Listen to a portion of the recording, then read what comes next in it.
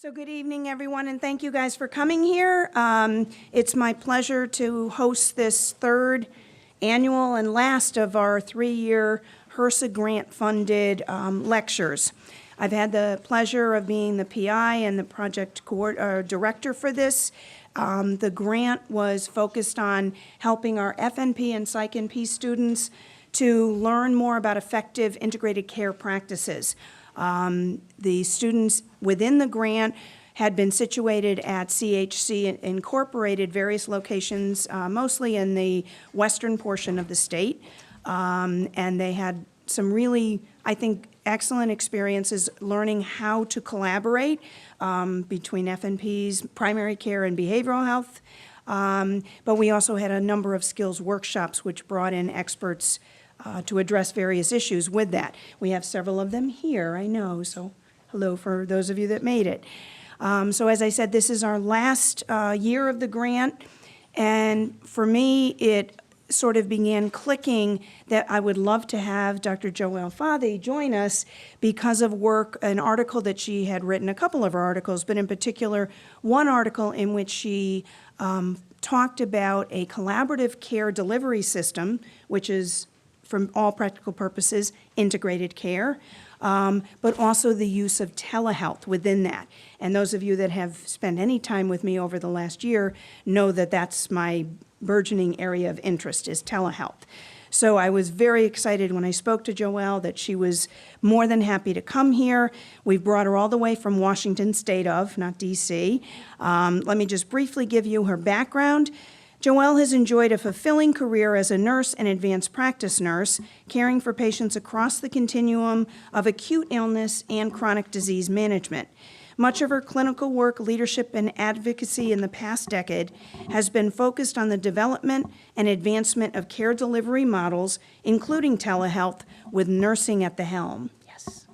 She currently serves on the American Nurses Association Telehealth Connected Health Committee, the Washington State Telehealth Collaborative, the Steering Committee for the American Cancer Society National Lung Cancer Roundtable, and the Tobacco Treatment Guidelines Committee for the American Thoracic Society. And I can tell you, having spoken with her throughout the day today, that she has threaded her interest in telehealth throughout a lot of those areas.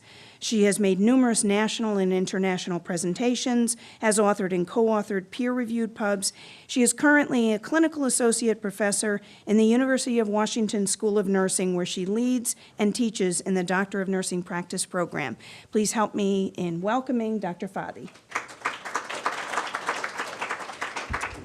Thank you very much. I usually like to move around, and I'm posted right here, so I've got to stick next to the mic, but just know that in spirit I like to be moving around, and I'll try to look around and stay engaged with you. But if you can't hear me or I'm not engaging you, let me know. How many people are students of nursing here right now? And how many people are Doctor of Nursing Practice students right now? Great, excellent. And nurse practitioner students? And nursing students, undergrad? Great, excellent. Well, I'm here to say that nursing has been an amazing career track for me, and I hope it's as fulfilling for you as it has been for me. It's just been really wonderful, and it's great to come spend the evening with you here. We have a whirlwind tour of some areas of telehealth that are really important to me. They reflect work that I have done, and like many of us as nurses, we are forging ahead because we see things that need to be done, and we are often early adopters in this area, and I think you're going to hear from another one to follow here, but we're going to talk a little bit about telehealth and sort of introduce you to some of those concepts if you're not familiar with them.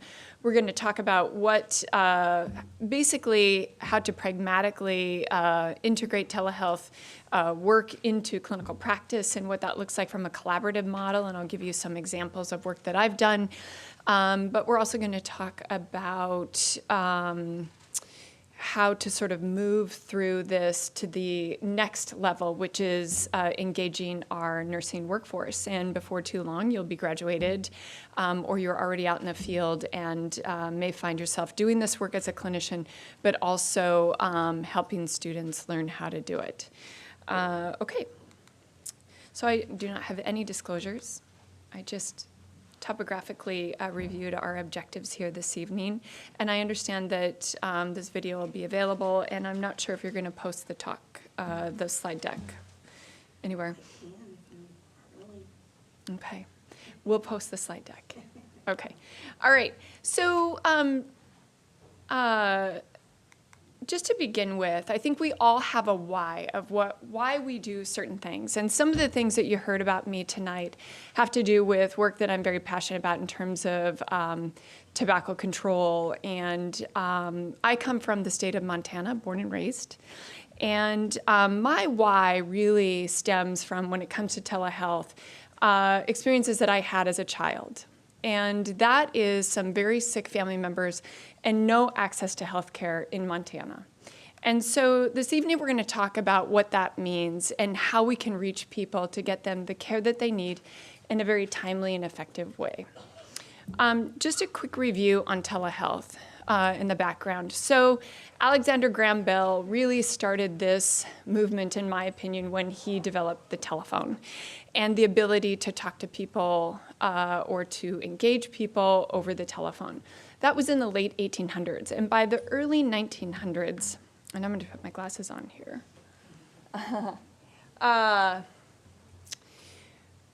there were individuals, one single cardiologist to begin with, who thought of this great idea that he could figure out how to devise a way through the telephone lines to actually listen to patients' hearts from a distance. And he was able to monitor their heart rhythms through the telephone. By the 1920s, radio and telegraph were developed. And that's when people started getting ideas that, wow, with this two-way connectivity, this ability to engage people through the radio, we might be able to actually help them and take care of them from a health perspective. Now, they hadn't fully designed or figured out how that was going to happen, but the concepts were there, and it was illustrated on the Radio News magazine. By 1940, closed-circuit television was developed, and that's when people started getting more serious about how to actually monitor patients. And at that point, they started really experimenting with this idea that we could take care of people from a distance. And by the 1960s, we were doing that. We were monitoring astronauts and their health from a distance while they were in a faraway land and conducting psychiatric visits over audio-video conferencing. And then for most of you, maybe, I'm not sure when people were born, but I remember when the first time I learned about the World Wide Web, and I thought it was the strangest concept ever. I couldn't believe it. It was a physician who told me about it, and it was such a wonderment, and now I can't imagine living without it. But really, that has accelerated our ability to connect with individuals by audio-video or other modalities. So, you know, over the last 100 years, things have really, 120, 140 years, things have expeditiously accelerated here to the point that we are really enjoying this technology. And I use it all the time, not only in telehealth visits, but just connecting with students and across the country and even around the world in committees and other work. So I really appreciate where we're at with technology. Now, we've come very far, and much of this development is in the rearview mirror. And for those of you who are younger in your field, I assume that you'll see even more great inventions and advancement in this area. Currently, we don't really have solid numbers, but we know that about 60% of all healthcare institutions and 40 to 50% of all hospitals are engaging in some sort of telehealth work. And that can mean many different things. We don't have solid numbers, but we know that the uptake is occurring very rapidly. Restrictions are lifting, and reimbursement for such services are also getting easier. For those of us who have been working in the telehealth space in the last 5 to 10 years, it seems like it's not moving quick enough, but it is happening. And it takes a whole room of people and even a bunch more to continue to do this work and demonstrate that it's effective to get us to where we need to go. And so we really do have some work ahead of us.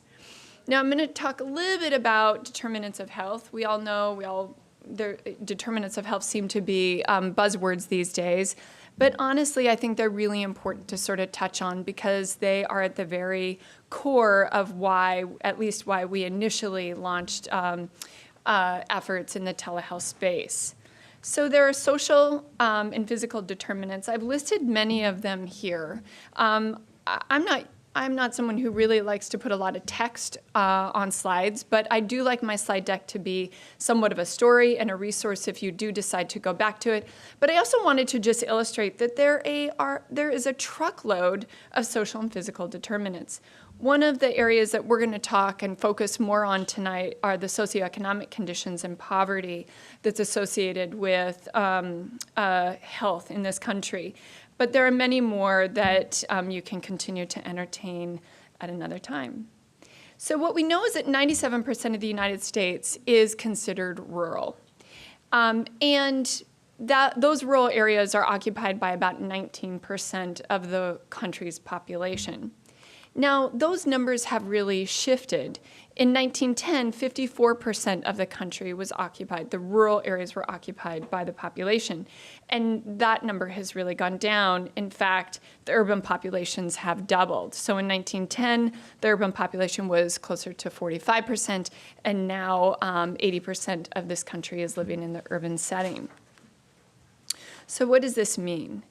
Well, it has implications. What we know is that the life expectancy for people who live in rural areas, the mortality rate is about 5 times greater than those who are living in urban areas.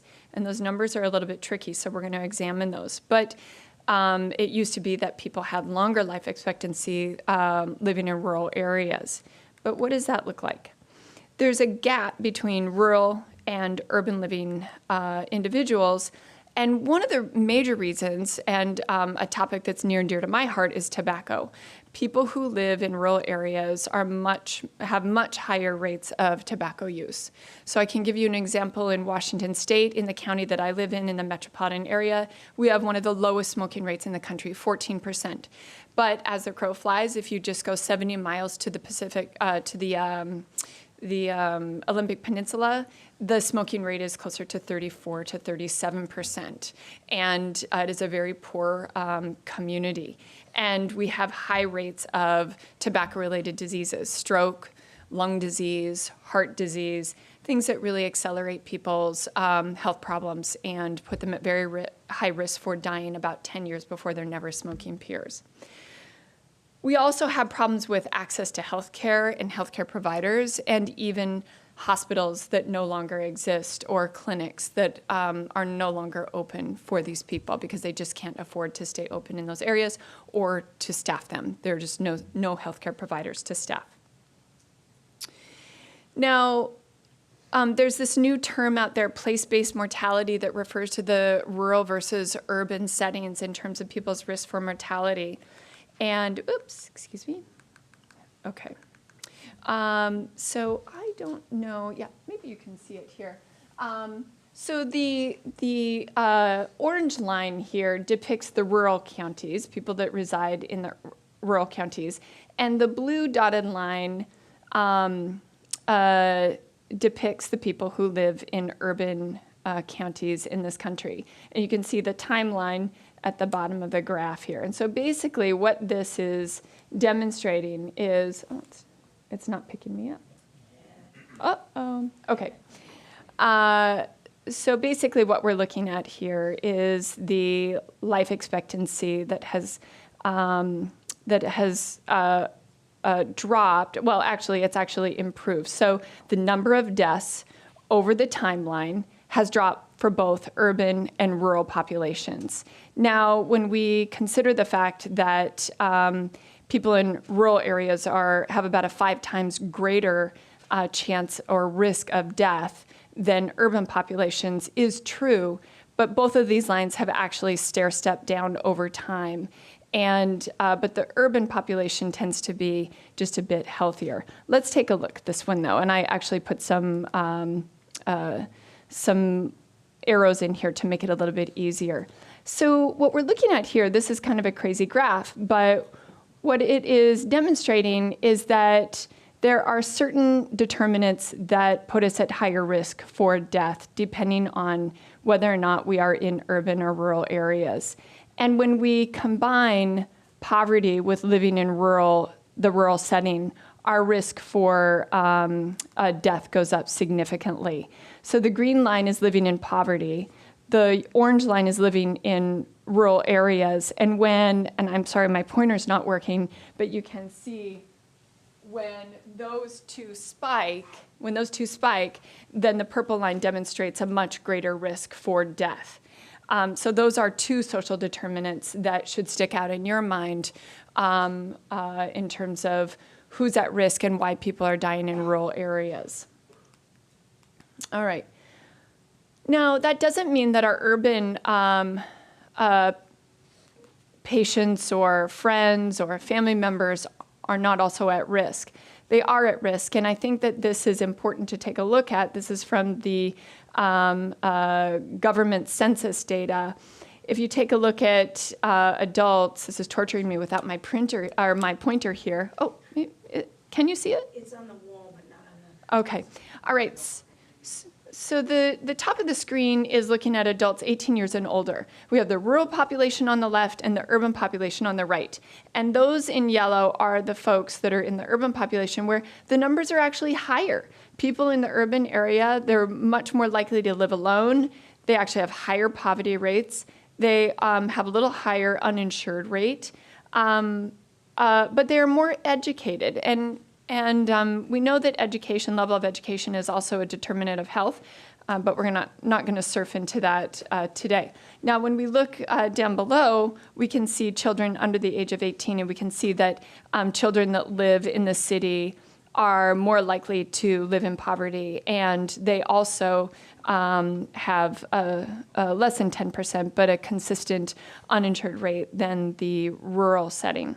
So what does this mean in the bigger picture when we're talking about place-based mortality risk? So we've got the orange line that demonstrates rural high poverty, so people who are living in extreme poverty in the rural areas, and people who are living in the urban areas in high levels of poverty. You can see that although the people in rural areas are at much higher risk, those in the urban areas who are living in poverty are also at much higher risk for premature death over those who are living in lower levels of poverty in the rural and the urban settings. So poverty alone is a contributor to mortality risk. Okay.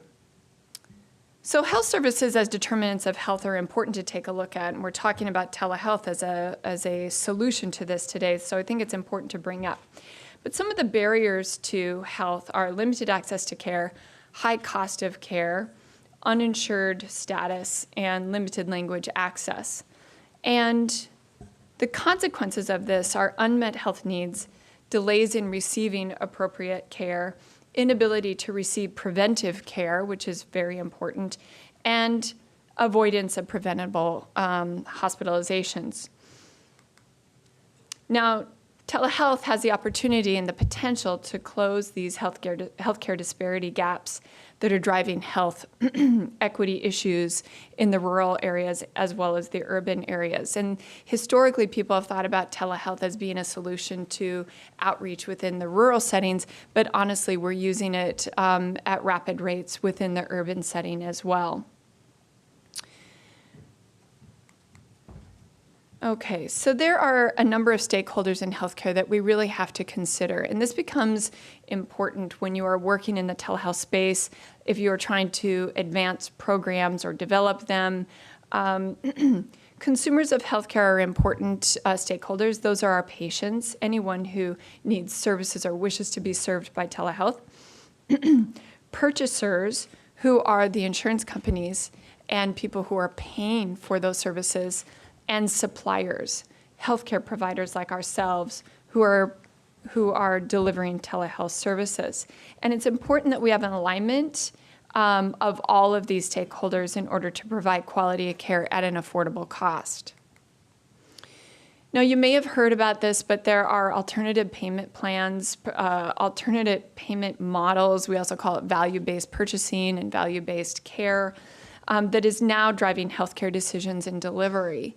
And so essentially those purchasers, the healthcare, insurance companies, CMS, Medicaid, these entities are really driving. And I am actually in favor of this for many reasons.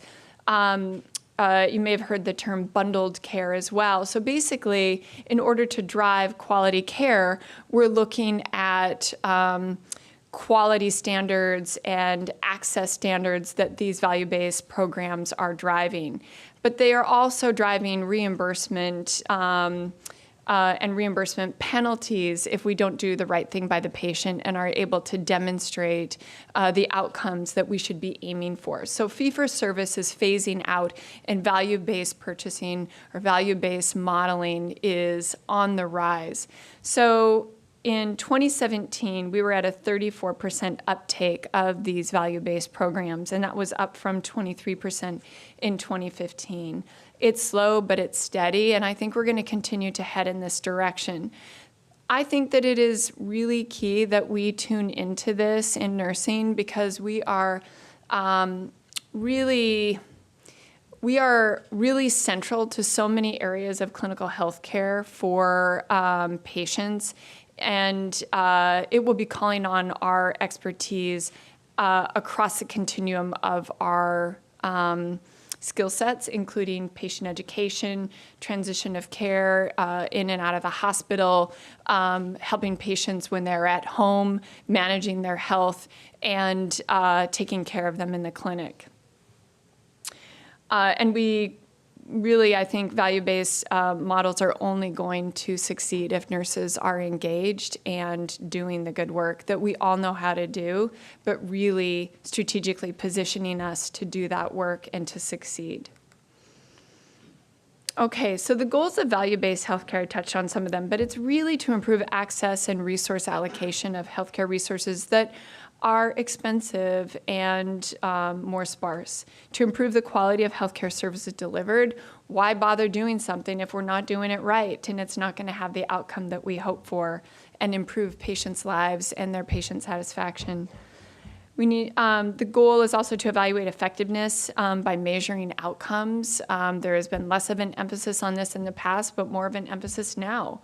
If we're going to put our patients on diabetic medications, then we should be really tracking their blood glucose and their hemoglobin A1C and ensuring that we're actually getting to the target that we're aiming for, or we need to make an adjustment. And one of the goals is to motivate a decreased costs in healthcare, and that's a real critical one for very many reasons that we don't have time to talk about today. So accommodating current demands in healthcare that we just talked about in terms of meeting the demands of value-based purchasing and taking care of our patients, this really calls for strengthening the infrastructure of clinical practice. We really have to pay attention to what our care delivery models look like and be very intentional and strategic in how we create those models to drive the outcomes that we're hoping for. Development of new care delivery pathways and models that are strategically designed will meet those reimbursement pressures and hopefully exceed the demands in a great way. We also want to develop healthcare providers to be skilled and engaged in this high-performing collaborative team model that function at the top of their clinical scope of practice and licensure. And this is really important. I think that especially when we talk about nursing, many of us have been highly underutilized. We come out of school and we often are fulfilling roles that could be expanded in various ways. And we need to let the world know how we're trained, what our scope of practice is, what our licensure allows us to do, and we need to be in settings that really optimize what we have to offer clinical care. And it really starts with you. It really starts with you understanding what you're able to do and communicating that. I think many of us are not enjoying full practice autonomy and engagement with clinical teams because people just don't know what we do, and we have to advocate for ourselves. So let's talk a little bit about how this translates to clinical care. First, I want to just introduce, if you're not familiar with some of these modalities of telehealth, the various ways that we can engage in sort of this umbrella term of telehealth. So there are live, this is the guy in the middle talking to the lady with the imaging in her hand. This would be more of what we call a synchronous visit, live, face-to-face, real-time visit. This is largely what insurance companies and Medicare and Medicaid will pay for currently. There's also asynchronous visits, and so that would be more of a transfer of information, and then, for example, a clinician would take a look at it and then communicate, but it's not real time. There's e-home care or remote patient monitoring. As nurses, we're often involved in this. Increasingly, there is development of technology that facilitates this that's very exciting.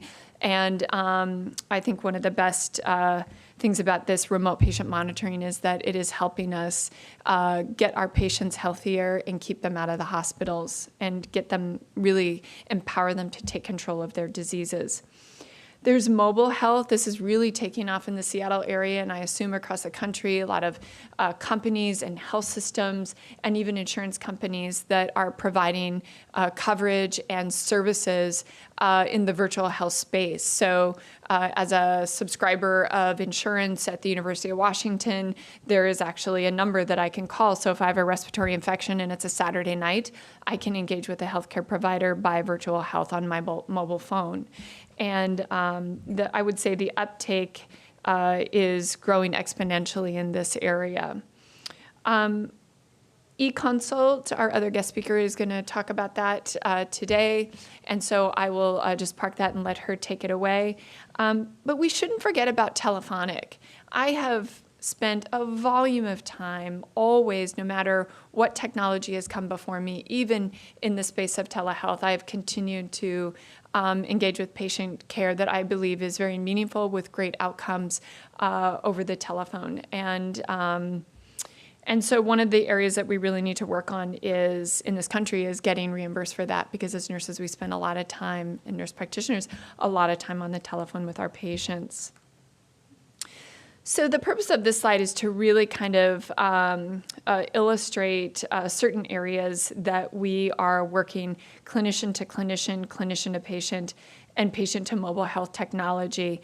But I really want you to take a look at sort of the right area that is in yellow. And these are just some of the very few services that are provided in the telehealth space: teledermatology, teleradiology. Really, radiology has largely been in the telehealth space by definition for volumes of years, because they've been transferring, it's basically a store and forward model where they take the images and then they ship them off to a radiologist to take a look at and read remotely. But there is so much other care. We have a lot of tele-ICU. We have telestroke in the Seattle area. Telemovement, which is taking care of patients who have movement disorders. Telephysical therapy now, and speech therapy. But there's a cadre of chronic disease management healthcare that's going on out there. Wound care, which is facilitating people in the field to do very important wound care and keep people out of the hospital and out of the clinics. And all the while, what this represents is a lot of miles saved for patients and a lot of miles saved and time for providers, which is valuable in itself. There's an article in the Seattle Magazine in the last month that talks about this service that they've opened up at Children's Hospital. Children's is really trying to forge ahead with various models of telehealth. They have kids coming from all over really the Pacific Northwest and beyond region, very sick children. But the story is about a young girl who has severe autism, and they live 7 hours away from Children's. And by the time she gets to Children's for her 1 hour appointment, she's coming unglued. She's been in a car seat. She's very stressful, and she's unable to really respond to what they're trying to achieve in these visits. So now it's a completely different situation. They have these 1 hour telehealth visits, and the girl doesn't need to travel. And the exponential response that she's having to the therapy is just heartwarming, and so much less stressful for the parent who was doing this round trip for just 1 hour. So there are so many, I mean, honestly, it makes me tearful because this can really touch lives in ways that really even 5 and 10 years ago we weren't conceiving of. It's really cool. Okay, so this is just kind of some visuals of some of the equipment that's out there. The equipment on the left is just simply a scale, a blood pressure cuff, an oxygen saturation monitor, but it is wired so that it can deliver information not only to the patient on this tablet that's in the middle picture, but also to the healthcare providers who are monitoring that patient.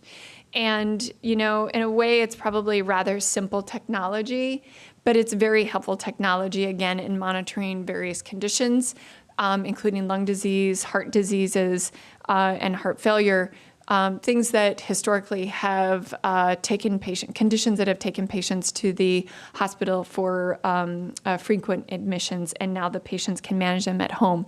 The cool thing is the data can be transferred over to the tablet instantaneously, and then there are all kinds of patient education and interactive tools that are occurring right there real time that are responding to the numbers. So if the patient's weight is trending up, then it'll come up with a host of information for the patient, including education videos, small little vignettes, if you will, or education, doctor education, nurse education bits that'll say, okay, where's your soda? It looks like your weight's up. This is what could be going on. It's almost like a mini consult right there.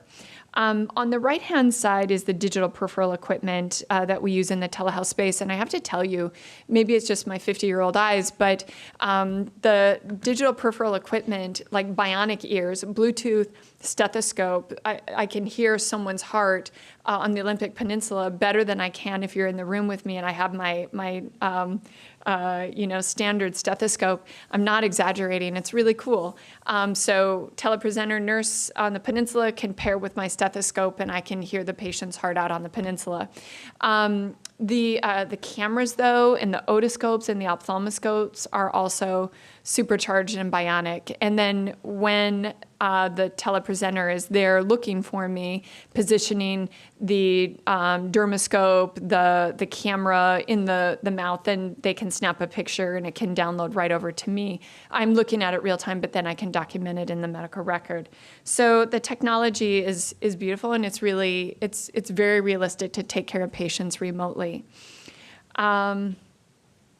So I talked a little bit about the modalities of telehealth, but I think another area that is really important to mention is that given the rural settings that we just talked about in terms of the volumes of people that are living in the rural areas, but also even the urban areas, we have health professional shortage areas that are designated HPSAs because the designation really comes from the ratio of providers to residents in that area.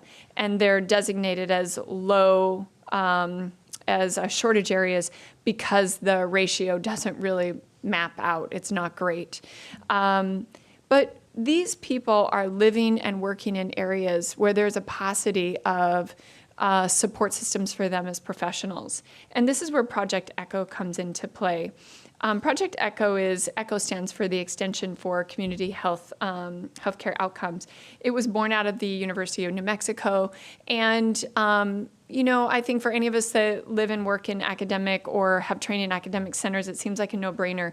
But It's basically audio-video conferencing, healthcare professionals to healthcare professionals. The whole spirit of it, though, initially was to develop providers in outlying areas in chronic disease management. So, for example, we have a telehepatology echo clinic. So if you're a provider in the rural area, you can actually bring your cases to the teleconference. It happens once a month. And there will be some sort of didactic learning by the specialists, usually at a major medical center or teaching facility, that'll train you as a healthcare provider in the rural area about this specialty area, which really helps you gain the skills to assess, identify, and manage these diseases, but also to really help that continued professional development and interpersonal engagement for these providers, which will hopefully help them not only identify disease states, provide early intervention and the appropriate intervention so that the patients get the timely care that they need, but also to help facilitate the learning and the development and the professional collegial relationships that these people need and deserve, and encourage them to stay in the rural areas. I've known a lot of people who have come back to the major metropolitan areas because they just felt like they were dying on the vine out there in the rural areas, which is really unfortunate. Okay, so I just want to share a little bit about, spend just a few minutes on the clinical practice where I recently worked. This is a map of Washington State, and you can see the yellow stars. The yellow star to the right is, oh, my stars got moved a little bit. Okay, so as the crow flies, there's 70 miles between myself in Seattle and Sequim, Washington, which is across a waterway on the Olympic Peninsula. And what this means for patients is if they need to come into our tertiary quaternary medical center, they need to drive 70 miles one way on the peninsula. They need to wait in a ferry line, and if they didn't get there in time, they're going to wait at least another hour and a half to get on another ferry. They need to pay for the $20 ferry crossing one way, for the gas to drive all this way and into Seattle, and pay for parking in our downtown parking garage.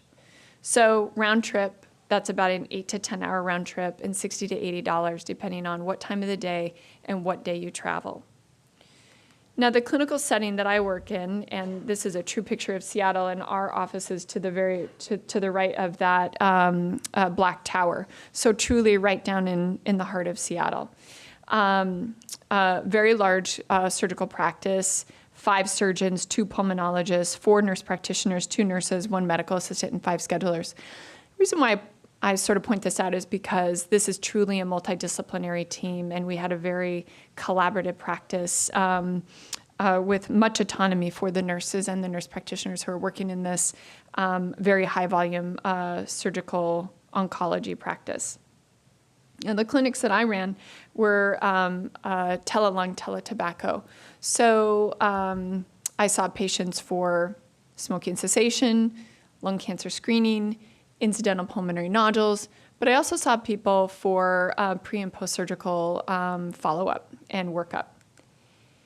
So this is me in my telehealth clinic, and you can be anywhere, but here I am with a headset, and I am looking at people on the screen, and these are real pictures. This is Ninette, our nurse with the blue scrubs on, who's the nurse out in Sequim at the Sequim clinic. So we have a telehealth cart, and she's there. She checks the patient in, she brings it back, and she takes their vitals and communicates with me. We're on the same medical record, and I can see them. And I think that pointing out Ninette is very important because I couldn't have done my job. In this particular setting and the work that we were doing, I went out and trained Ninette in a series of visits so that she could be my hands and some of my ears and clinical intuition when I couldn't be there.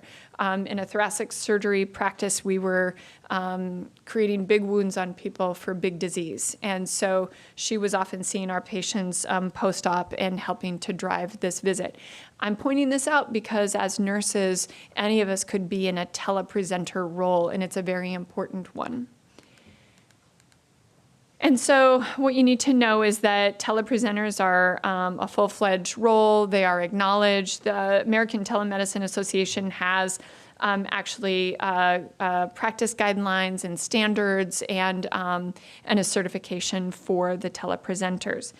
Telepresenters are not required in telehealth visits, but if they are medically necessary, then they should be strongly considered. Now, I'll give you one example of a case.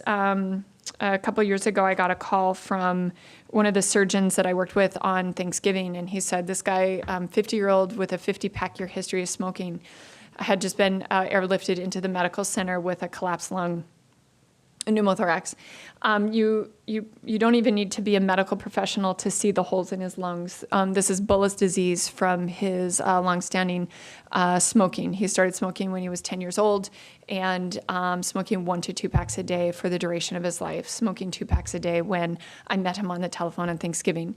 He needed to have a lung volume reduction surgery, but in the meantime, we needed to reinflate his lung. And the surgeon, who rarely called me for tobacco cessation, said, I think he's really high risk. We have to get him off the cigarettes before I can do these procedures.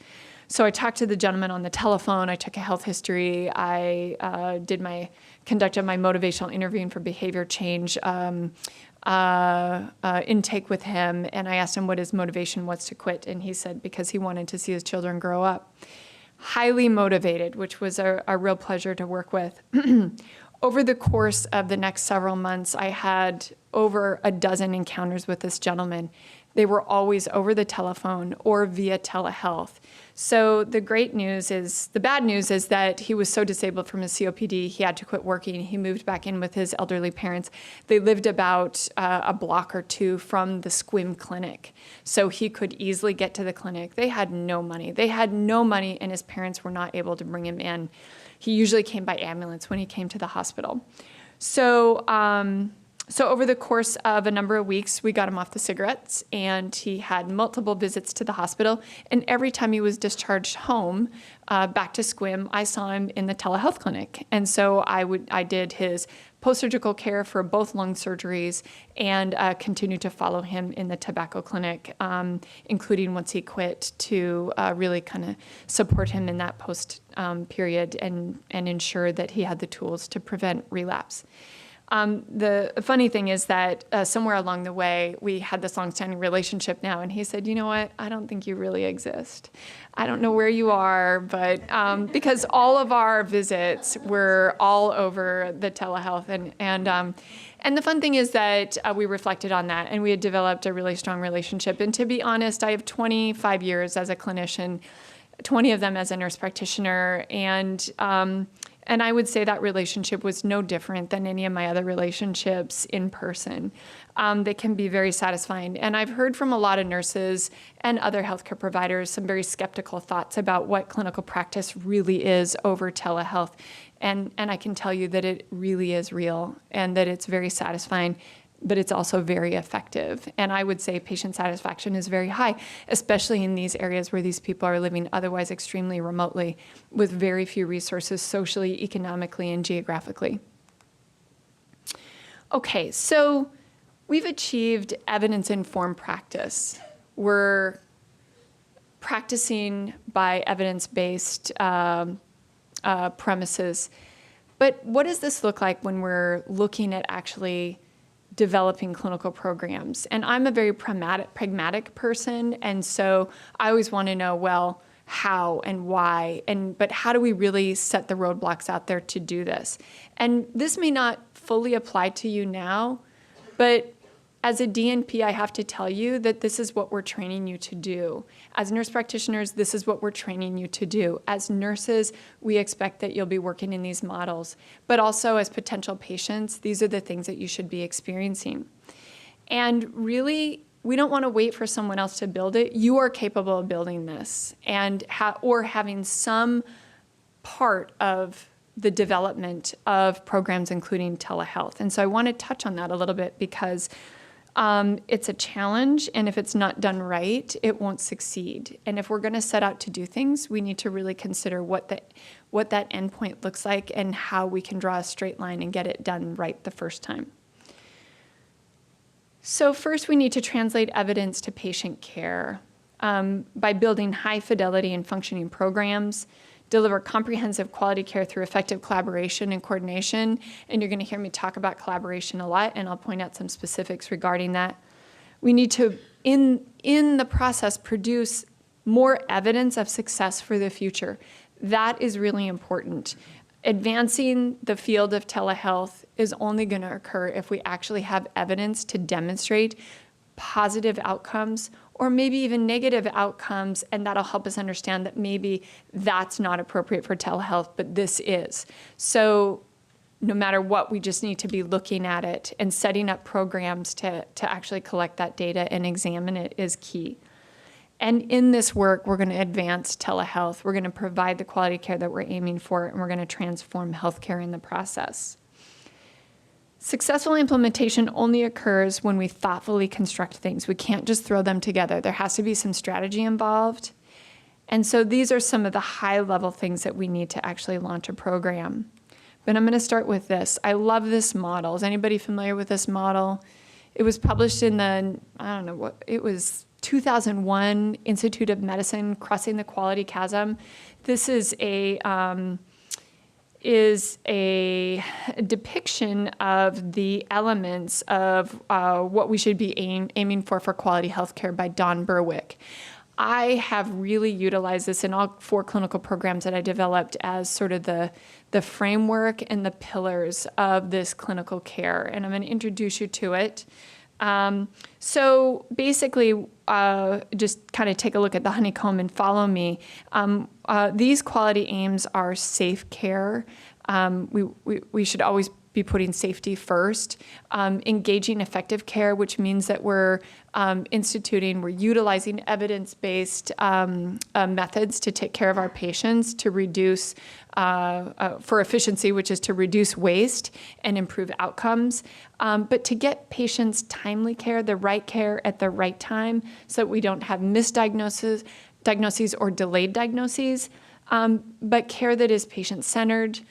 Patient-centered is sort of a buzzword these days. I spent my whole doctoral thesis or my whole doctoral capstone on driving home what it means to deliver patient-centered care. It's a whole area in itself, but I welcome you and I urge you to take a look at that if you are developing care models, because it's an important one, and it's about taking care of the patient and putting their family members and their caregivers first.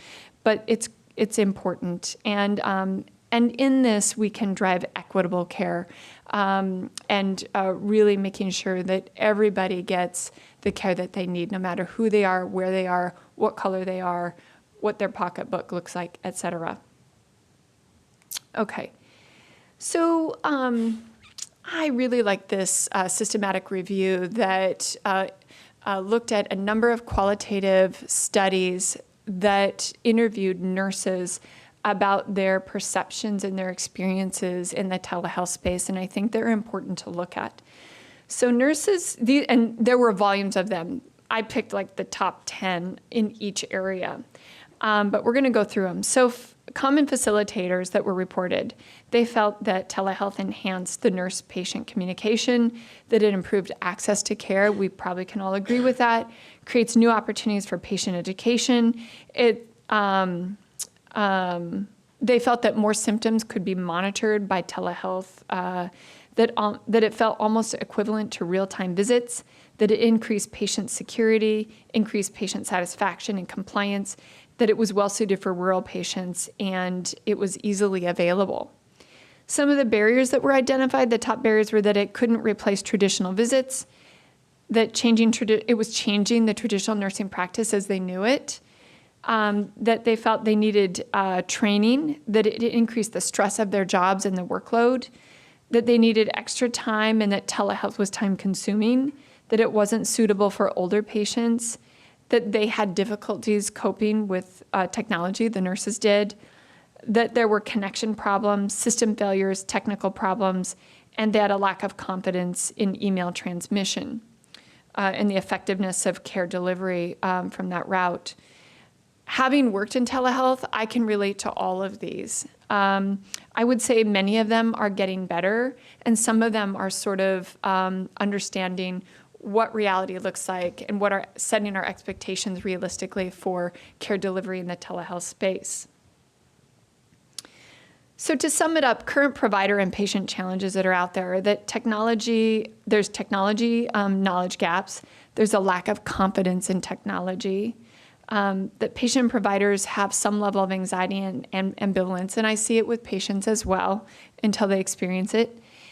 And the inexperience with care delivery by telehealth modalities are common. It's such a new thing. People are insecure about that. But there are broader challenges to getting telehealth widely disseminated. And that is at the top, often in our healthcare systems or our health clinics. There is leadership hesitancy and allocation of resources for development and growth of telehealth programs, and a lack of understanding of the value of delivering healthcare by telehealth and the downstream benefits for these patients in the short term and the long term. And so this burden may be on any of you to be getting out there and having these conversations with leadership to share the data that is out there, to share patient experiences, to be writing business proposals and business needs assessments to demonstrate the need to get the funding and the support to develop the infrastructure and build programs. But we need to begin at the top. If we don't start at the top, we won't make the progress that we need to. So first, we need to prepare health systems for this unique care delivery model, socializing key stakeholders on the comprehensive needs of the customers, and unlocking antiquated approaches to care. A lot of our hospital administrators and people who are in roles of leadership are also stuck in another age and just maybe they haven't experienced it or they are reluctant. They need to experience it and they need to also take a chance, but they have to be warmed up to it. And my experience is that they appreciate that opportunity when they're invited to the table. We need to assemble and draw on the intellectual resources of a cross-functional team in the whatever setting you're working and utilize this diverse expertise to optimize the end-to-end programmatic development. And this is what a cross-functional team can look like. There can be many members at this, but this represents a lot of the members that I have engaged with when I'm trying to build programs and move clinical care delivery models forward. Certainly the chief operating officer, quality officer, often the information officer or whoever's in charge of IT at your facility, local department directors, managers, other clinical team members should not be left out. Primary care and specialists, no matter where you're at, there's always primary care providers and specialists who have key interests in patients and should be at the table to help design and develop, provide input, and on the back end, you're going to have more engagement and buy-in and support. And adoption, for that matter, of the program. So design it right. We need scientific design, so bringing novel care delivery models that are informed by research with clearly intended outcomes, but also getting the patient and healthcare professionals' perspectives when you're building programs. And honestly, one size does not fit all. Jamie was commenting earlier today, and I couldn't agree more. We need to consider the whole picture when we're developing programs. So what I developed at my clinic in Seattle isn't necessarily going to fit your model based on how your healthcare system is developed, what resources you have both financially and in staff mix. It just really depends how big or how little your system is and how you want, what services you plan to deliver. So you really need to consider that when you're developing programs and workflow. But you also need to build it to coordinate, communicate, and collaborate across the continuum. So comprising a mixed care team with clear care delivery roles and consistency, optimizing care teams' professional scope of practice, and making sure that everybody is working at their top of their scope. Creating and sustaining a strong culture of communication with both patients and providers. So if someone refers a patient to me, I make sure that I communicate back to that provider so that they know exactly what's happening with their patient and what our plan is. But also just picking up the telephone, engaging with people. And also, patients need to see that the care team is reaching across the aisle and communicating. There's nothing more frustrating for patients when they feel like their healthcare providers are not communicating and making independent decisions, and that includes the telehealth space. I'm going to skip this slide. Okay, so collaborative practice is key to building effective healthcare teams, improving the experience for patients while achieving and sustaining high quality performance and personal satisfaction. But I'm sitting here promoting telehealth, but I want you to know that I do believe that telehealth belongs in certain spaces. It augments care, but it doesn't replace hands-on care. And so meanwhile, it doesn't mean that it is appropriate in every clinical setting. And that's where some of your own judgment comes into play. And there are different models that are mixed models where care is not just 100% telehealth. Maybe there's a direct patient visit where you do the intake and you get to know the patient and get comfortable and establish a relationship. And then you sort of let the leash out in terms of how you monitor them or care for them at a distance. And everybody's comfort level is going to be a little bit different.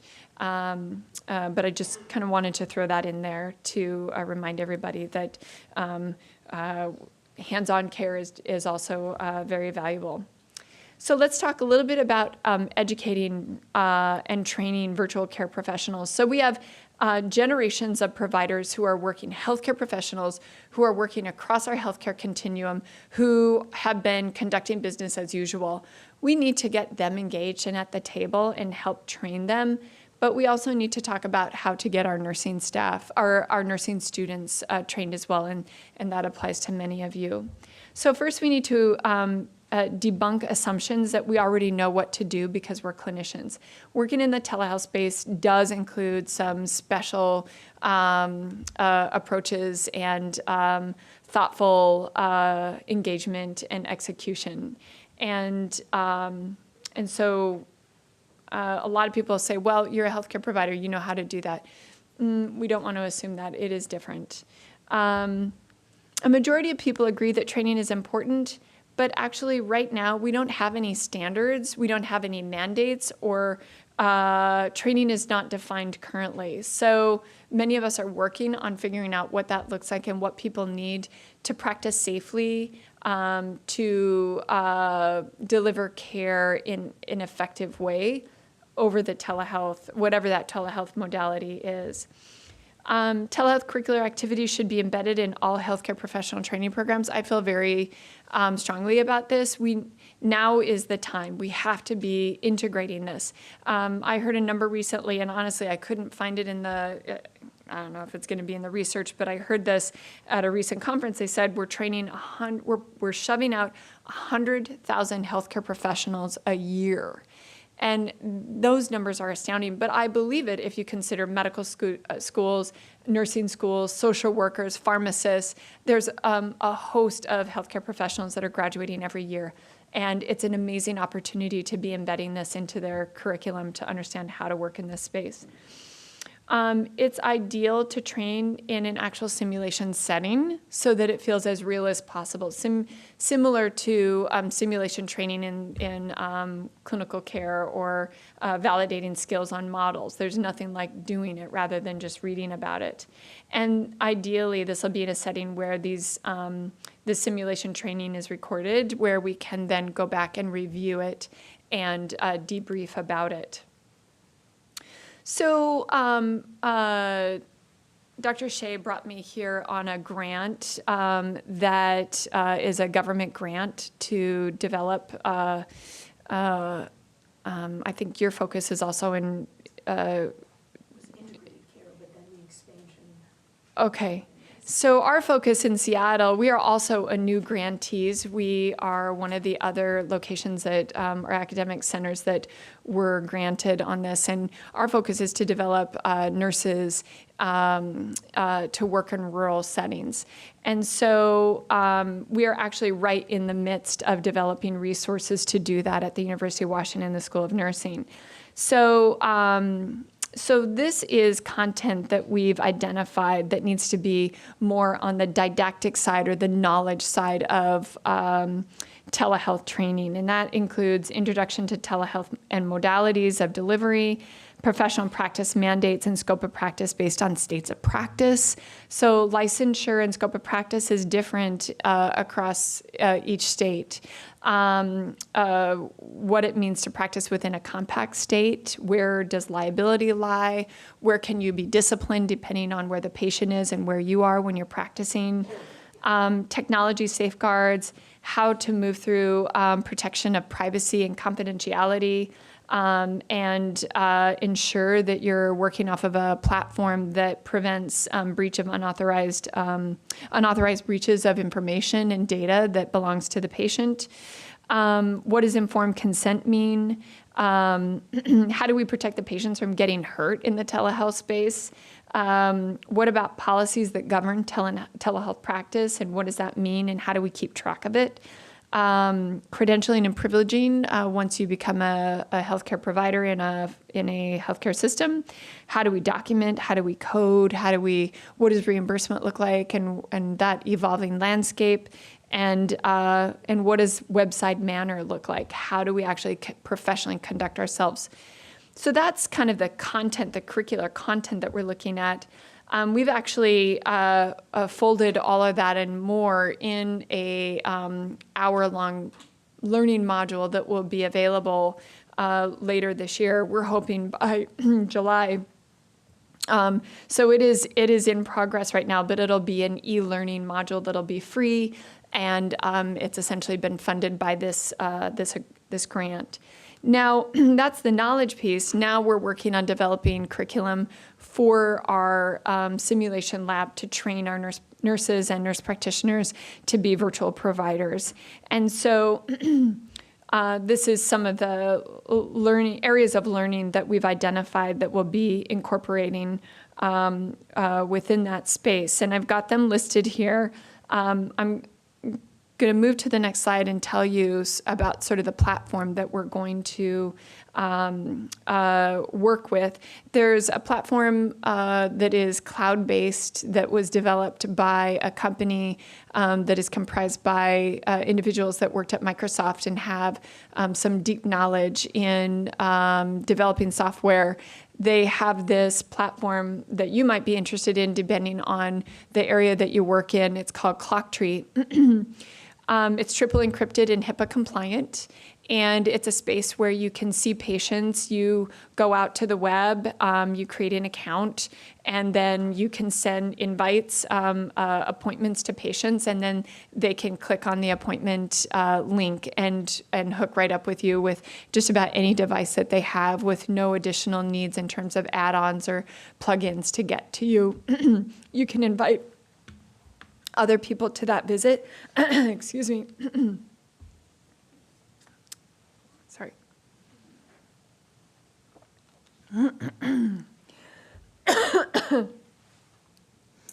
And they also have somewhat of a medical record built within that platform so that you can document your visits and you can call on those records. It's not an EHR per se. They also have a billing method. They haven't engaged that yet, but I think they plan to engage that very shortly. So suffice to say, we're going to utilize this in Washington, at the University of Washington, to train our nurse practitioner students with the vision in the next year of expanding that to our nurses. And I'm very hopeful. I hope I have a good report in another 6 months on how that's going. So I wanted to share a little bit about some other work that we're doing in Washington. Several years ago, 3 years ago, the Washington State Legislature actually pushed a bill through that supports and encourage the development of a collaborative that is dedicated to advancing telehealth in the state of Washington. I'm on that collaborative. It's comprised of a number of people, including other healthcare professionals, but also people who have an interest in expertise or just an interest in telehealth and moving it forward. It includes insurance companies, lawmakers, lawyers who work in this space, who have an interest in helping not only advance but protect people and help them understand how to protect themselves in the telehealth in telehealth care. We've been working on creating different resources for our for anybody who wants to come to that space. I listed the website here. Some of the work that we've done in the last year is actually develop health policy bills that were introduced. We had 3 of them that were introduced this legislative session. We have a couple of legislators in the collaborative and one who's extremely passionate about certain areas of telehealth care. So one of the telehealth bills, this is a picture of myself testifying on this bill earlier this year. This was a very simple, straightforward bill that basically drove reciprocal credentialing and privileging for healthcare providers so that we can minimize redundancy in getting credentialed and privileged. Because by definition, if I'm delivering healthcare out at Olympic Peninsula, but I'm already credentialed at Swedish Hospital in Seattle, then this will mandate, and it was actually passed to mandate reciprocal credentialing and privileging, so I don't need to go through all that paperwork again. My documents can be sent, and it just basically eases the way and drops certain barriers that make it difficult for people to expeditiously get into that space. Oh, you're so nice. Thanks. Hang on to it. I might be there. I'm trying to wrap it up. Thanks. Another one of the substitute Senate bills was 5386 that was dropped. It was designed to, we call it dropped, but the language was designed to basically mandate that people who worked in telehealth space decided to work in telehealth would need to complete a standardized training module. A lot of people felt like that would be a barrier, but the intent was to ease a lot of anxiety that many individuals have around potential for suboptimal care delivery in the telehealth space and even fraudulent activities. So there are certainly some concerns, and there has been some people billing for patients that don't exist. So the collaborative actually created this education module, and it's going to go live very soon in Washington State. The bill was accepted, but the language in the bill was amended so that it is not actually mandated. It is optional, but it's there. And so and it's for veterinary medicine, chiropractic, and so I think that this will at least extend out to care providers and create awareness in areas that I think are really important if we're practicing in these areas. Finally, the third bill was looking at payment parity. So state by state, reimbursement looks very different, and private payers and even Medicaid health plans are not required in all states to reimburse for telehealth services. So a year ago, we had a payment parity law that succeeded, that said you need to reimburse for telehealth, but it didn't really call out exactly what that reimbursement should look like. And a substitute Senate bill was introduced this year to basically list some language that restricted reimbursement for store and forward services, which is gaining a lot of ground in our state and probably around the country. Unfortunately, the bill made it through the Senate successfully, but it died before it made it through the House. And so we'll be looking at that language again and trying to recraft it for next year. A couple different resources. If you don't know about the Center for Connected Health Policy, go play at their website. They are an amazing resource. They have a number of pages that you'll be very interested in.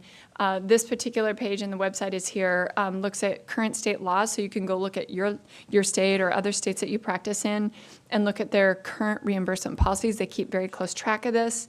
They also have a page where they keep track of any bills that have succeeded in any states. So again, like in our state, we have 28 bills that address telehealth services, and you can go look at Connecticut and take a look. I can't remember. I think you guys had 12. It's fantastic. Such a great resource. They also have documents that address laws and policies.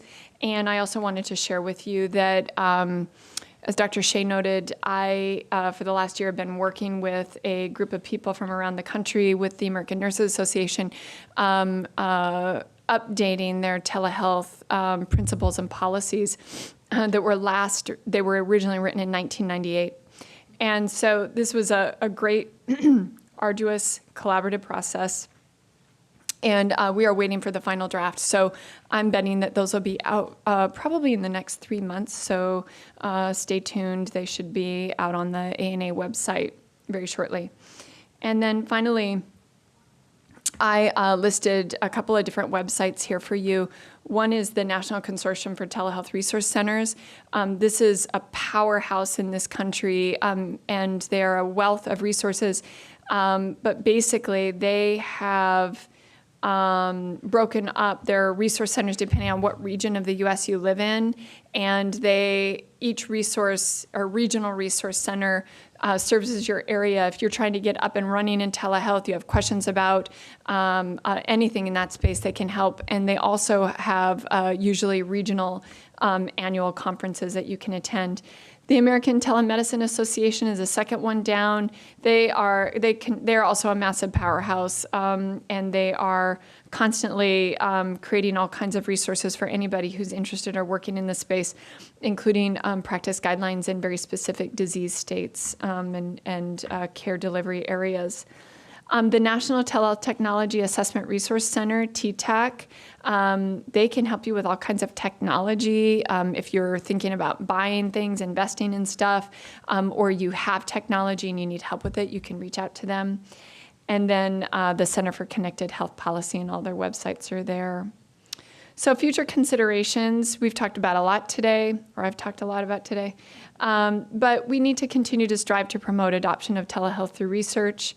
Evaluate effectiveness of our programs through monitoring and measuring outcomes, and applying that kind of that plan, do, study, act model. It should be a constant improvement project.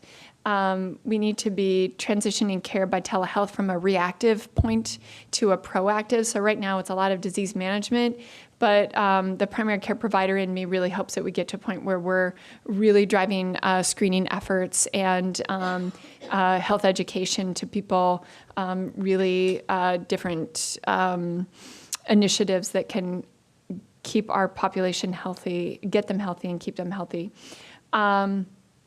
Leverage the resources that we need to train our workforce and develop and sustain a culture of yes, we can, and yes, we will when it comes to offering telehealth services to those who are in need. And so I'm happy to take any questions. Or wait. I think you can actually rest your voice for a little bit, Yeah, too. and I'll pull out our other talk And I here. do encourage you to hold on to your questions, and you'll have a chance at the end to ask both of the speakers for it. Oh, thanks, you've been bringing it up. You're great. So I'm very happy to be bringing forward for you now Marianne McGuire, who is a nurse, has her master's in public health. She is working at, through the Weitzman Institute that is part of CHC. So those of you that have done your clinical at CHC, the Weitzman Institute is their research arm. In particular, Marianne works on with a service of e-consults through that at CHC, looking at the assessment of how these e-consults have assisted primary care providers in meeting the needs of their patients, supporting specialists coming directly back to the PCP, and then reviewing the evidence of the benefit of e-consults for patient, provider, and payer. She's got a lot of information to share with you. Once she's through, I'm going to have both of our leaders sit down, take questions from you. So Mary Ann, there you go. Okay, good evening. So first, Joelle, thank you. That was a fabulous opening. I don't usually get such a thorough overview of everything related to telehealth because it is a massive field. So let me start by telling you that it's really great to be with nurses again. I live in somewhat of a amorphous group at the Weitzman Institute at CHC, and not many of us are nurses there. Except for the wonderful Margaret Flinter, who runs the Nurse Practitioner Consortium across the country. So Community E-Consult Network, CECN I'm going to call it tonight, is where I spend my days, and e-consults are just this amazing tool for primary care practice. So let's start with what brought me to that, right? So I'm a nurse, and I did my clinical years only about 2 years, and with you, I'm almost embarrassed to tell you that. I worked in bone marrow transplant at Sloan Kettering for a number of years, and I got really interested in health policy, which took me the route of public health, which moved me into population health in the 90s during what many of you might know as HMO days. And it taught me all about practice transformation. It taught me all about the healthcare field. It taught me all about health inequities. And with that, I then went and worked in some safety net organizations and learned more and more about health inequities. And I ended up at the Weitzman Institute, which is CHC's area where we basically work to change and transform how primary care is delivered across the country in underserved communities. And CECN is a nonprofit, wholly owned company within that. And what we do is what you learned before in the telehealth world. We are asynchronous, peer-to-peer, clinician-to-clinician transfer of information. So for some of you who've practiced probably a decade or more ago, you'll know what's thought of as the curbside consult, where providers, and when I talk about providers, I'm going to use PCPs a lot tonight, primary care providers and organizations, which could be nurse practitioners, PAs, behavioral health in this world, MDs, DOs. You could get that informal consult back in those days. But these days it doesn't work that way at all. So at Community eConsult, CECN, we came together and we decided, okay, primary care was really struggling. About 10 years ago, everything was so hard for our patients in the clinics. And we began to work on some solutions for that. So some of you might recall Barbara Starfield from Johns Hopkins. And this is like one of the key things to think about for those of you in here who are doing anything related to primary care or behavioral health care, because this will relate. Primary care is the provision of first contact, person-focused, ongoing care over time that meets the health-related needs of people, and only referring those too uncommon to main competence. So think about that. That means that you're keeping your patients with you in your patient-centered medical home. You're not referring everyone out. But for those of you who are trained in primary care and you're working towards that, you realize that the days are long. You're seeing patients in 20-minute little fractions of time, one after the other. You're living in an era of medical genetics, precision medicine in there. And you have patients that are learning a lot about what they want as well, and sometimes not in the most beneficial way, maybe like television. They're learning about pharmaceutical agents, and they're asking for so many complex things. And to be able to maintain the competence. So back in my day, right, we didn't have the internet. You learned what you needed to learn in your textbooks. and you would continue, but medicine is just expanding daily. There is no way that primary care providers can know it all, know it well, and take care of all of these patients every day. Who here was in the CHC practices? Which practices were you in? Stanford and Danbury? Bristol. Okay, anyone else? All right, so all across. So you saw this out there each day with the primary care providers, how hard it is to be able to meet all the needs, get the outcomes that you want for your patients. Yet, you want to keep your patients in these amazing health centers that are providing all aspects of care in one place, and you don't want to put strains on them. So here's the best picture of how I can describe the time I spent in different safety net organizations and health centers. On the upper left here, you have one of our primary care physicians from New Britain, and he's examining his patient. And he realizes his patient needs specialty care, right? He has, let's say this was probably a cardiology issue, probably uncontrolled hypertension, needed some more advice on stepwise therapy. Maybe there was an issue of CHF with the patient as well. Then down here at the right is what we think of where our specialists live in this, in our communities. They live at large academic, maybe non-academic medical centers. In Connecticut, for many of the patients in Danbury and Bristol, New Britain, Stamford, they have to go to one of these academic centers to get specialty care when the primary care feels it's needed. So here's UConn. This squiggly line is what I want to talk about here. So for patients that need specialty care, primary care patients that need to see a specialist, because that is needed at times, right? Patients need specialists. So this is what usually happens, or at least has been my experience. You see the patient, and then patient needs a specialist visit. So the first thing you do in a health center is you send you either put it in your EMR and it goes to your referral coordinator that sits somewhere in the building, or you give the patient the sheet and they go down and they have it there.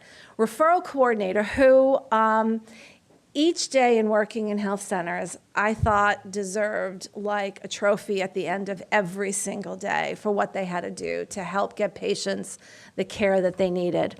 So the coordinator gets the doctor or the nurse practitioner's referral for cardiology over at UConn. This was actually from New Britain, maybe 8 miles from the UConn Health Center. Okay, 8 miles. This is all we're talking here. So the patient sits there and is waiting. Then the referral coordinator says, okay, I have your visit for 6 months from now on a Friday at 2 o'clock, right?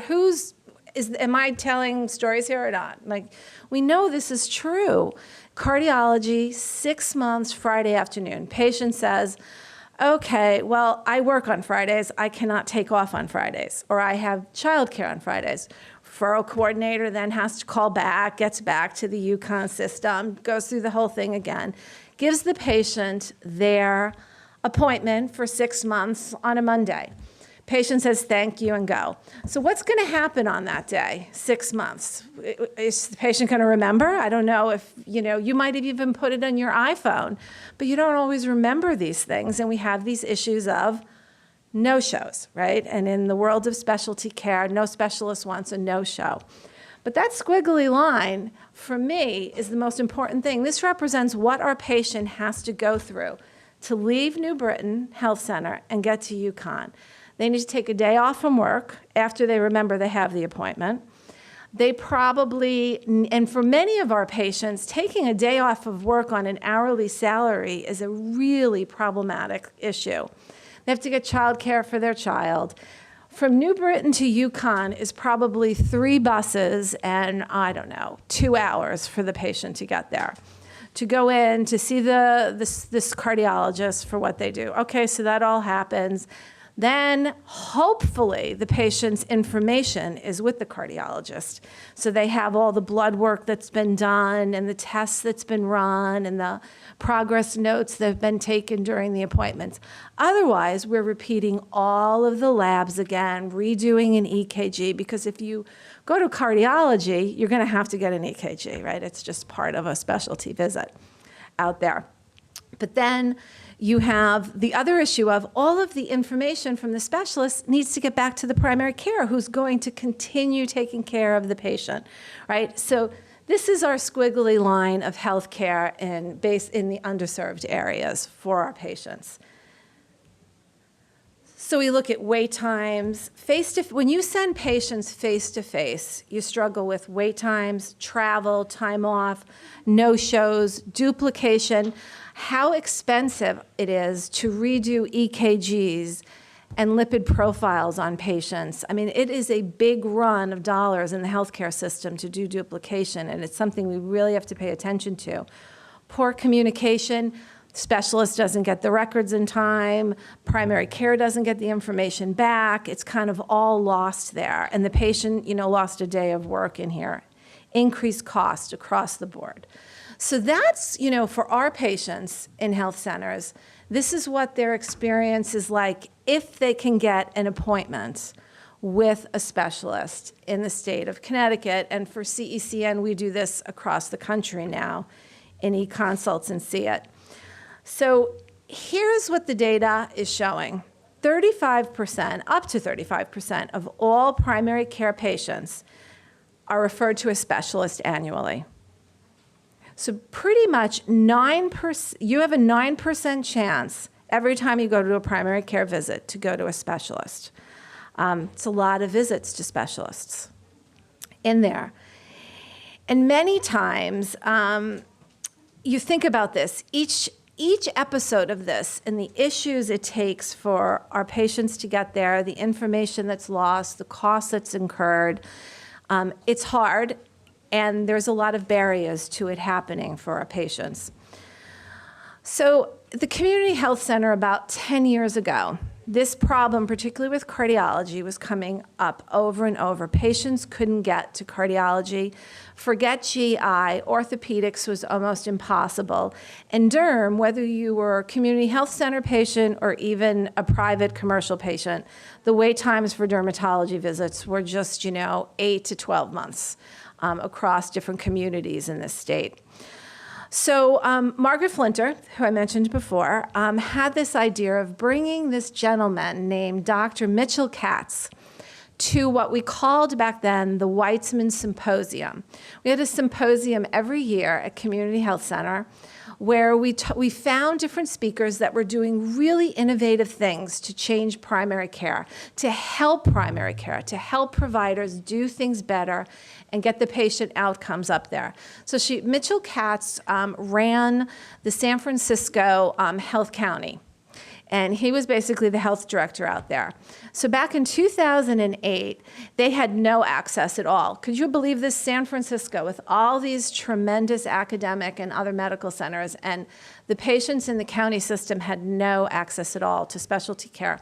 So he designed this system where, and it was literally technology-driven, where every patient who was going to be referred by the primary care providers in the county health system went through what's called an electronic consult, an e-consult, to determine if the patient needed to go face-to-face. Because what we've begun to learn is not every referral to a specialist needs to happen in a face-to-face visit. It can happen, as you learned before, potentially in telemedicine, physician to patient, but it can also happen in an electronic consult from the primary care provider directly to the specialist. So Mitchell Katz came and talked, and basically the primary care team at CHC was really jazzed about this because at the time, their patients weren't getting to specialty care. They were banging their heads against the wall to try to find cardiologists that would see these patients. So Mitchell Katz came, and the Community Health Center and the Weitzman Institute and decided that they were going to try this in our health centers. And we did that. We tried this e-consult process. I'm going to show you the study results that were published on it. But the key thing about that is we determined this really worked, and we could begin to use this for our patients and get the information and allow the primary care provider to keep their patients in their practice, grow their level of evidence-based medicine through the e-consults, and only refer out those that really needed a specialty visit. Because we all need our specialists, there's no doubt about it, in taking care of patients. But there comes a point where a certain number of them don't need to go out. So let me describe what an e-consult is, because it could be, the folks that were at CHC, did any of you use e-consults with your preceptors? Yes? Yes, okay. What specialty? Cardiology. Okay, so it is a complete consult is sent from the provider, the primary care provider. Basically, in this current referral system, no changes to the referral system. They just go in and they say, patient needs to see cardiology. What happens is they just send over through the electronic medical record, because technology is not the issue here. We can work on everything. Goes right into our HIPAA-compliant portal. We assign it, CECN, to a specialist in our network that are credentialed under the right licensure, which you just learned about, because that's important. You can't, always practice across state lines in there. Our specialists, within 2 business days, our average time is 17 hours for our consult to get back into the EMR in the provider's office for them to see. And what do we do in an e-consult? 2 things. The first thing the specialist does is decide, does this patient need to go face-to-face? How does the specialist decide that? They don't just get a question. They get progress notes for the last 6 months, at least 2 sets of labs. If it's cardiology, they get an EKG. If it's derm, they get 3 photos using the iPhone and Bluetooth technology. Really straightforward, nothing fancy, and it works. In there, goes to the specialist, they send it back, 2 business days, the primary care provider takes over the care of the patient. Within 2 business days, 17 hours, they have the information. But the e-consult doesn't just answer the primary care's question. It also provides what we call, which we think is so important in our tool, is educational value. We try to share with the primary care why. Why should you be doing what I'm telling you? That's how we train the specialists who do this. Because at some point, we want to stop seeing the question about stepwise therapy for hypertension, that the primary care providers will have seen enough of that, and they would have learned through doing it. So, I hope it comes up. It's not showing. Oh, here we go. All right, this is an actual e-consult. This is what it looks like, short of my blue arrows on the side. This one, actually, I thought, because you were doing collaborative care and psych, so I found you a psych one. The e-consult on the top is coming from the primary care provider. This primary care provider wrote a lot. Many of them don't always write a question this long, but look at the last line. That's really the question. They gave some background. Is there some medication that we could be using that will benefit the patient more than Zoloft? It's just not working for this patient. This one came from an APRN at the practice and went to a specialist in psychiatry, and this is how they answered. And this is what the e-consult provides. It provides advice on how to manage the patient, why they should be doing it. But also, if the psychiatrist thinks this patient needs to go face-to-face, there's a clear piece in the tool that they're typing into that says, please refer face-to-face, and this is why, and this is what you can do in the meantime, because these specialists understand telling you to go face-to-face could still mean 6 months out before the patient can get it. But we also do telemedicine referrals, so that can happen quicker for patients. And this is exactly what comes over, and it goes right into the EMR, and it becomes part of the patient's medical record, which in the old days of curbside consults, there was no record of this happening in there. So any questions on the e-consult? Because I know for some, it can be like a whole new way of thinking. But it's clinician to clinician. The patient is not involved other than the primary care is trying to help the care of the patient in order to ease the issue of access and improve the issue of communication between providers. So because we're in academics here, I'm really going to drive home the evidence that we did. So being part of the Weizmann Institute, we can't just build programs. We have to study what we do. We have to know what we're doing works. It helps the patient, and it helps the delivery system. So the first thing we have is we talked about this, we improve access and network adequacy across the country. In there. So how did we do this? This was what I told you, that Dr. Mitch Katz came and spoke to us, and we designed our first e-consult program around cardiology. We studied that program. We did a cluster randomized control trial. In 2016, this was published in, I think this was the Annals of Family Medicine. We were funded by the Connecticut Health Foundation. This was before we were even CECN.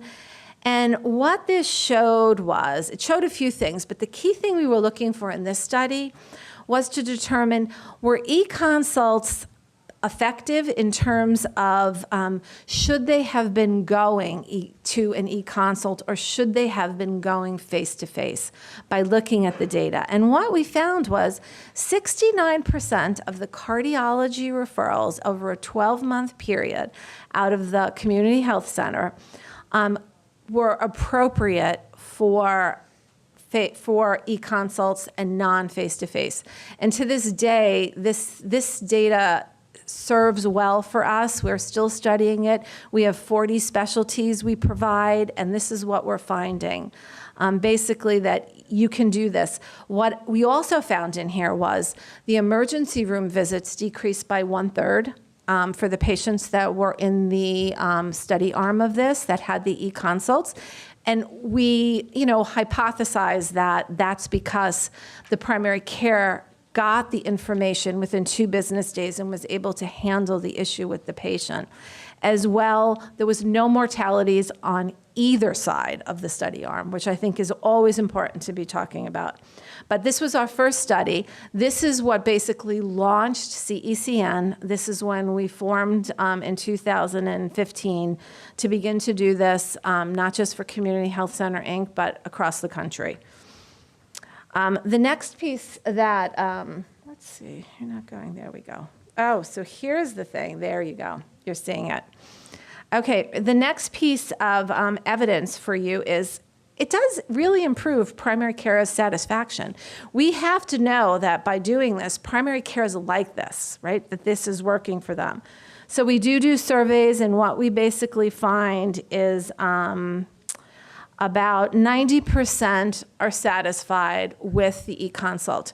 I will tell you, we have a team of people on that 10% where we have issues. There are so many quality improvement projects going on at CECN. We have peer review projects constantly on e-consults to make things better. It's just actually so much fun to be working in this space in terms of improving the delivery system, because we have so many patients that really need access, and this is one of the only ways for them to have access. Our next thing is it reduces the cost. So you're students right now, and you have so much to learn about the clinical practices that you're trying to become and in the world you're trying to enter into. But one of the hard realities of healthcare is costs. And there is just no shying away from it. You have to understand it. You have to understand how money's made, how money's spent in healthcare in order to really create change in here. So we had to study that e-consults didn't just improve access, because that's what we all cared about in primary care. We just wanted our patients to get access. But in order to keep this being funded and to find different revenue streams and reimbursement methods, we had a study that e-consults saved money. So we have this kind of saying in CECN that in healthcare, in primary care, we've tried everything to save money, but the one area we haven't really tackled had been specialty care. And when you go to a specialist, it's not just the visit that costs money, it's the tests. There's no one that's leaving cardiology without an EKG, potentially a Holter monitor, and maybe a stress test, which is very expensive in there. So the study that I had showed you before on cardiology that showed that they could go e-consult, that was totally appropriate in almost 70% of the referrals, we found that we lowered the patient cost $450 per patient comparing the two arms in there. This was in the Journal of Managed Care in 2018, and this was published using the same data. So once again, we have this great model, great programs you learned about developing in the prior presentation, but it's studying it both in terms of access, patient satisfaction, provider satisfaction, and cost is critical to scale up these models, to get people to invest and want to reimburse for it. Then probably our flagship paper came out in December of 2018 in Health Affairs. Are you all familiar with Health Affairs in here? Get familiar with Health Affairs. It's probably the best kind of really good mixture of health policy and some clinical out there. Totally start looking at it. It is just fabulous for healthcare providers. But in here, this was a massive undertaking study using community health center type data from several sites, not CHC, across the country. It included 4 other specialties. It was dermatology, orthopedics, GI, and endo. And in here, it was a randomized trial. It used a grouper from Optum Healthcare. It was a collaboration from Dr. Anderson, who is the Chief Medical Officer of CECN, people from UConn Health Center, different researchers there that were a part of this as well. And this one showed, you'll see here in the bubble, this is it came out of one of the AMA, news feeds through. But you looking at the Connecticut Medicaid program, it saved basically almost $600,000 to the Medicaid program in Connecticut. And I'll tell you, this was released in December. In January of 2019, a month later, Connecticut is the first state in the country that reimburses directly for e-consults. California will happen very quickly, but Connecticut was the first that reimburses now for Medicaid e-consults. And part of that had to do with them knowing the information that was being studied by CECN and the Weizmann Institute. So the last piece, you learned about health policy in your last slide. It's just critical. Health policy and the payment model system in the country is what you have to pay attention to. We can't continue doing e-consults if we don't understand all the different alternative payment methods.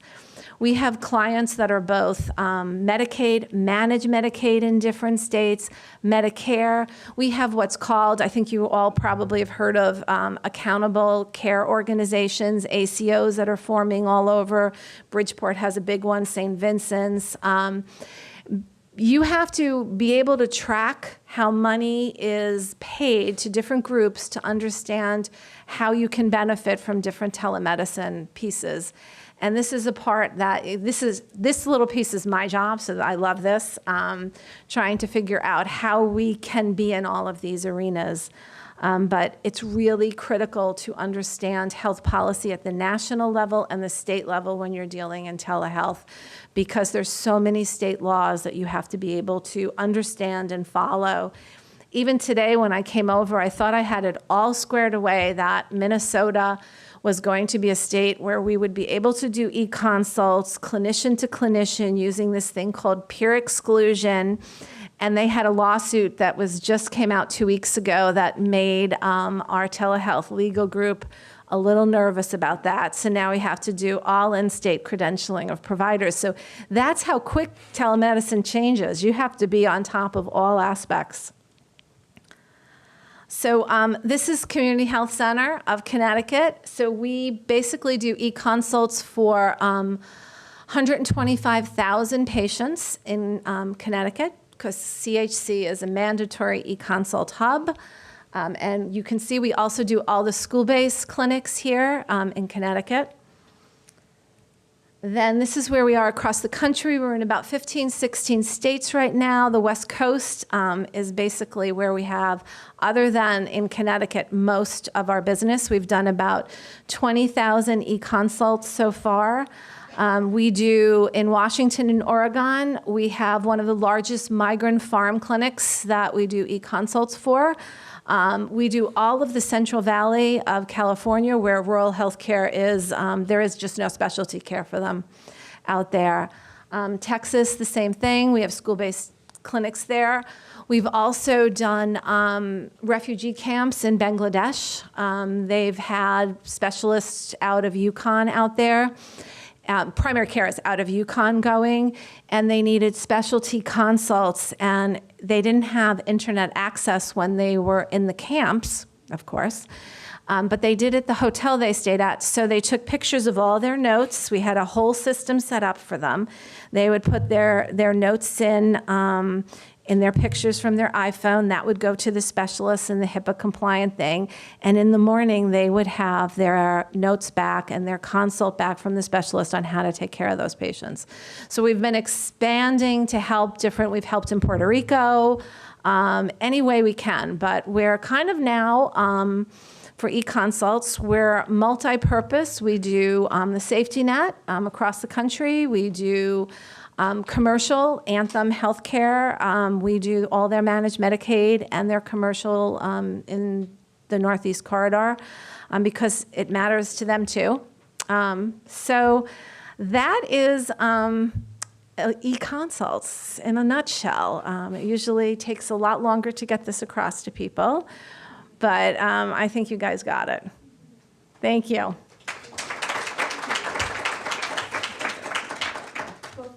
Come up here. I'm going to use the mobile mic, which is definitely on. So think of your questions. Does anyone want to be the first to jump right in? And you can ask either of our speakers. I know you have to have questions after all this. I knew Jane would.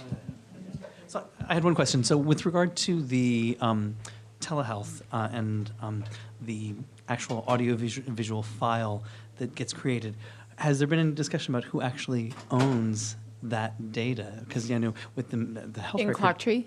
I'm sorry? In Clocktree? In Clocktree, or in any telemedicine kind of, or telehealth platform. I mean, there is the ownership of that data, and, you know, with the health record, the patient owns that data that's in there. I'm curious, is it the same with telemedicine? Yeah, great question. So in Clocktree, it is not recorded. Any documents that we share, anything that's uploaded. So if I share something or they share a file or a picture, it stays in that realm. So it tracks everything. And we can go back and recall the whole visit and what occurred, but the actual interaction person to person is not recorded, just so you know. And I've not ever recorded audio video conferencing with patients in any other space, but that's a great question. The files technically probably are under Clocktree's, similar to a health system, right? They are the proprietor of those files and have responsibility for that patient health information. Yeah, they store it on their iCloud. Great question. It is a great question. I have a question for you quickly.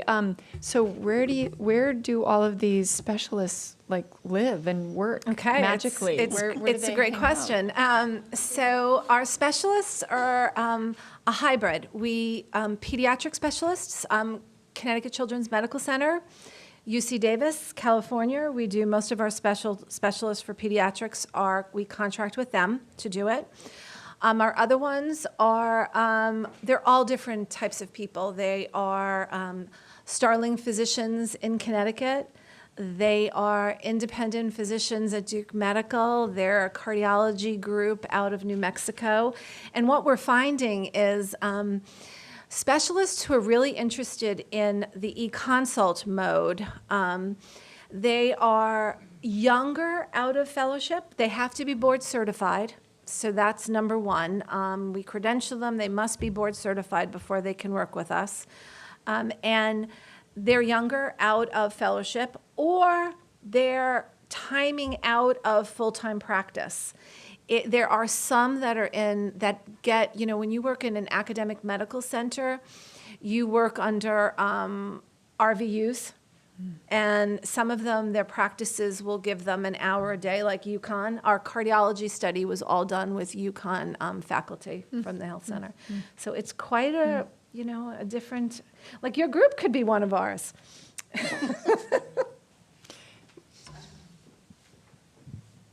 I have a question about reimbursement for you, Marianne. So you have these e-consults. I'm thinking your patient population is primarily Medicaid patients, but now you're e-consulting in a different state. I'm curious how the e-consult person is getting paid and where they're credentialed with. So the specialist is who does the e-consults. They're contracted with CECN. They're credentialed by CECN, and they're paid by CECN per consult. So they're paid on a fee-for-service basis. That's the easiest part of the equation. The front end of it is, how does CECN get paid?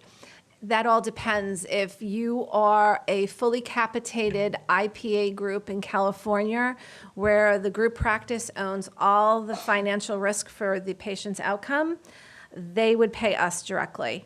Connecticut Medicaid pays us. It all depends. I have one more question. Sorry to be greedy. I'm actually curious about all the interstate licensing, particularly for nurse practitioners, if they're ever involved, and how do they practice when they're doing a consult that's not within their own state, since most nurses are licensed for state. Right. So in the e-consult area, the licensure issue has to do with where does the patient reside, but also in e-consult, we have to abide by something we call peer-to-peer exclusions. So we license our specialists. We only use, like for Connecticut, for example, the only specialists who can do an e-consult for primary care in Connecticut have to be licensed in Connecticut. But if you're in Oregon, and you're the migrant farm there, and you're a nurse practitioner there, and you have your patients and you need e-consults, Oregon does not require in-state licensure for specialists for e-consults. So when you saw the grid that was up earlier from the telehealth policy piece, e-consults is like a sub-piece of it, so you have to follow state law for that. Thank you both. In some states, I'll say Alaska's an interesting one that we contend with because it's in our WWAMI region for consultations. Their legislation states that you can engage in telehealth services, but only if you have seen the patient at your business address that is in Alaska. So that I know. that eliminates the opportunity for us at a major medical center. So if you come to us and we operate on you for esophageal cancer and we send you back to Nome, Alaska, we cannot see you for a follow-up care because we don't have an office in Alaska. It's been a real barrier to care, and we're hoping that changes soon. I'm curious about a bit of a technical question, embedding video within a video.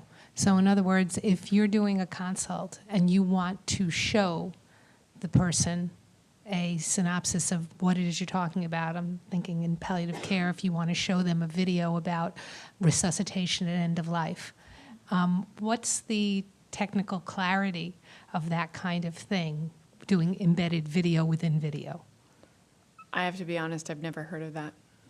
That's what I'm thinking. I don't think anybody does this, but I think there's an opportunity for it. I assume you're asking because there's a need. I don't have any experience with that. And at that point, I would say maybe this is where we draw the line, and there should be something going on in person, depending on what you're essentially training someone to do something, right?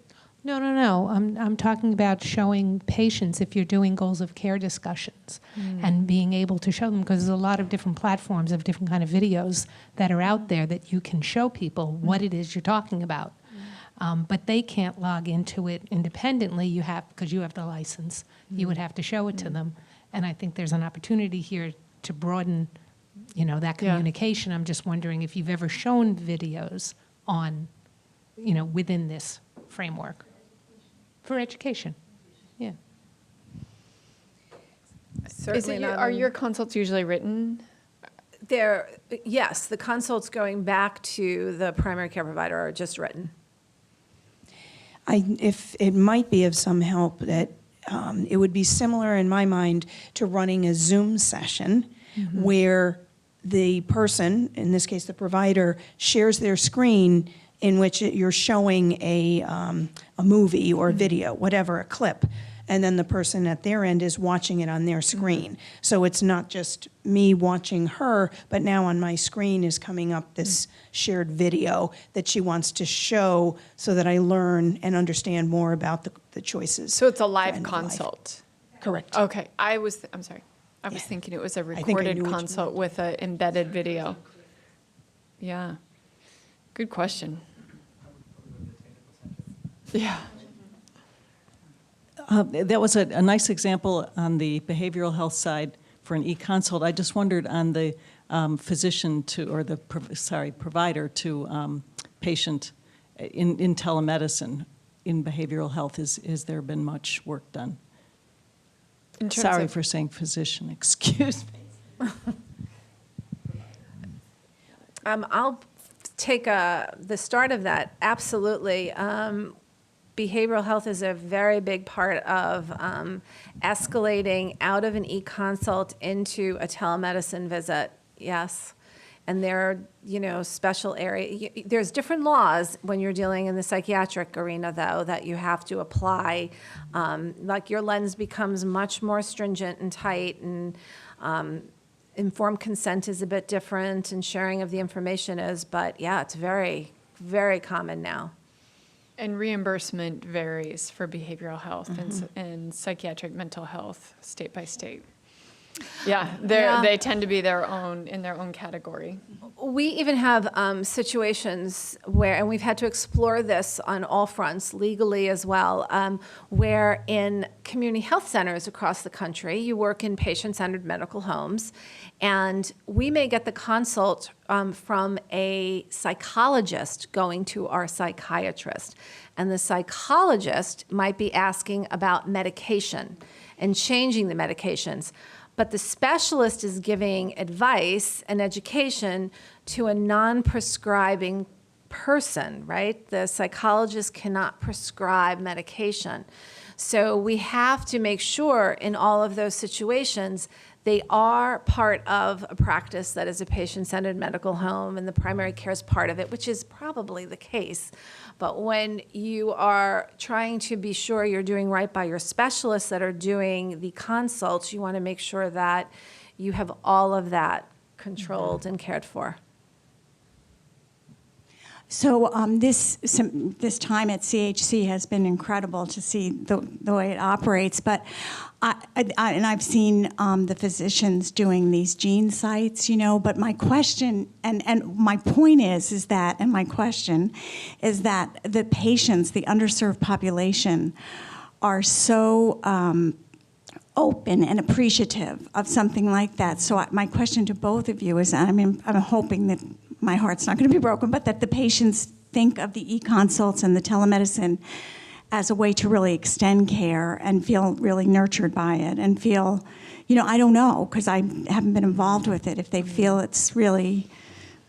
Well, for e-consults, many times the patient isn't even aware that it's happening, right? Because the primary care provider realizes that they need a specialist visit. They're not going to get one for 8 months because they know the time frame getting to get into UConn. So the primary care provider will do the e-consult, and then the primary care provider and their team will have an answer for the patient in 2 days and begin the care plan there. So, in many times, the patient isn't necessarily, they're informed that it's going, this special e-consult way, but I'm not really sure the patients always grasp all components of that. But I don't know that. We've never surveyed patients. Yeah, just curious. Yeah, I'm betting that unless the provider says, I'm going to spare you a trip across town and a lot of squiggly lines on 3 buses, And 8 I'm months. going to, we're going to engage in this. They may not even know, because I assume that you're billing the patient's insurance, right? Or Yes. do you? Yeah, depending On what the arrangement model. is. Yeah, so it might be the insurance. It might be the group, because the group, basically pays for all their own patients in a capitated model. I think the great thing, I mean, as a primary care provider, I would say, what a beautiful thing to be able to feel like you're getting the knowledge that you need, especially in high-risk patient populations who have a really high risk of not following up on that referral, even if you write it. Yeah. Yes. And then liability coming down the pike later because they have delayed diagnoses, delayed care, worse outcomes down the road. But also just the relief of getting an answer and being able to provide Absolutely. continuity of Yes. care in the moment. There's nothing more dissatisfying than knowing that there's something going on and referring a patient and then, waking up at 2 a.m. 3 months later thinking, whatever happened to that patient, Well, that was my experience with the gene site, because the patients are so grateful that someone took the time to do the test and then explain it to them. And they've been on 7 antidepressants and they haven't worked. And now, they've gotten this enhanced care, really. Yes. So, The All of Us program. yes, thank you. One Any more others? question? Just a quick question about e-consults. I've never heard of e-consults before, but kind of two-part question. If you compare e-consults to what I know what's called up-to-date and other evidence-based, peer-reviewed sites that are web-based where you have access to them remotely, how does that compare to an up-to-date model where you can further educate yourself as a clinician as to different diagnoses? And also, what does e-consults do for the patient that does require to be seen by a specialist? Does that accelerate the process of being seen? I mean, in that case of hypertension, you can maybe medicate it more effectively, but if they actually need to go in for a procedure, does that accelerate them seeing a specialist? Procedures are automatically excluded from e-consults, just right off the bat. Anything that needs to be procedure-based, colonoscopy, endonoscopy, any of those, they don't go e-consult. And in many instances, if it goes e-consult, non-procedure based, and it's determined it needs a face-to-face, many times what can happen is they have the consult note back in the EMR. They can get them in quicker with direction. And in waiting even for the visit, they can begin, because the specialist provides guidance on, and while you're waiting for the visit, this is what needs to get done. And in many of our guidelines, the specialists provide how long the patient can wait in their estimate. In answer to your first question, up to date, as an example, would be an educational piece of information that you might be reading about one aspect of care. Maybe something related to congestive heart failure, but many times in primary care, particularly in underserved communities, but just not there, could be in the general public as well, is it's never just one-dimensional. Many times the primary care provider needs assistance because it's congestive heart failure, hemoglobin A1C is over 8, COPD, and there's a psych diagnosis in there. It's never so clean for them for that. And this is where then referring to cardiology can look and they can see the medication list, because the cardiologist gets that as part of it, as part of the PHI. They can look and see, are these meds right? Is this med harming the CHF? What do we need to do? And in the piece there. So up-to-date's great, but it doesn't help in the more complex pieces of primary care. And the nuances of management. And the drugs are just so new, so common. And also, the providers need to be aware of, many times in the safety net community, certain drugs can't be covered, right? They're not going to get them. So the specialists are aware of that when they're dealing with this is in there. Thank you. Great question. Yeah. Glad to see you're on up to date. Any others? Okay, one last one. So just to clarify, with telemedicine, the provider is the one who's actually taking the responsibility for the care of the patient, whereas with e-consult, it's the primary care provider who's sending out the consult, still maintains the responsibility for the care of that patient. So whatever recommendations come from the consultant aren't the responsibility of the consultant, they're still the responsibility of that primary care provider. Exactly. And their best judgment. Yes, and the specialist does not diagnose in e-consult. They base it off of the primary care's input. Well, I know we are out of time. If you have other questions, perhaps they'd be willing to answer more. Thank you all very much for coming. Can I have a round of applause for our speakers? Thank you, and good night.